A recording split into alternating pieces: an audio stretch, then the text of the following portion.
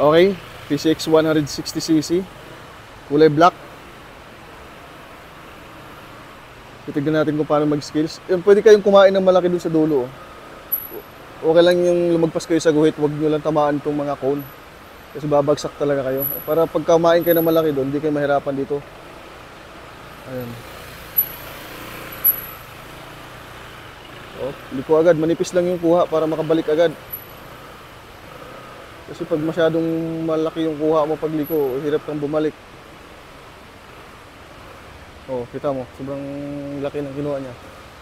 Dapat manipis lang yung pag-ikot dito, pag ganun lang, para makapasok agad sa dulo.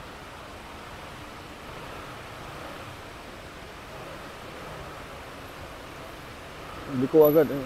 Hirap. Ay. Nako. Hinga muna. Okay. Mamaya ulit, pila mo na sa likod. Ayan. Bagsak. So pag bumagsak po, pwede naman pong pumila ulit sa likod at mag-skills ulit. At pagka bumagsak ulit, pwede namang bumalik sa mga sumusunod na araw. So okay lang po yan. At normal lang po talaga na bumagsak lalo pagka hindi ka sanay sa mga ganitong skills assessment o kaya baka kinabahan ka rin. Okay?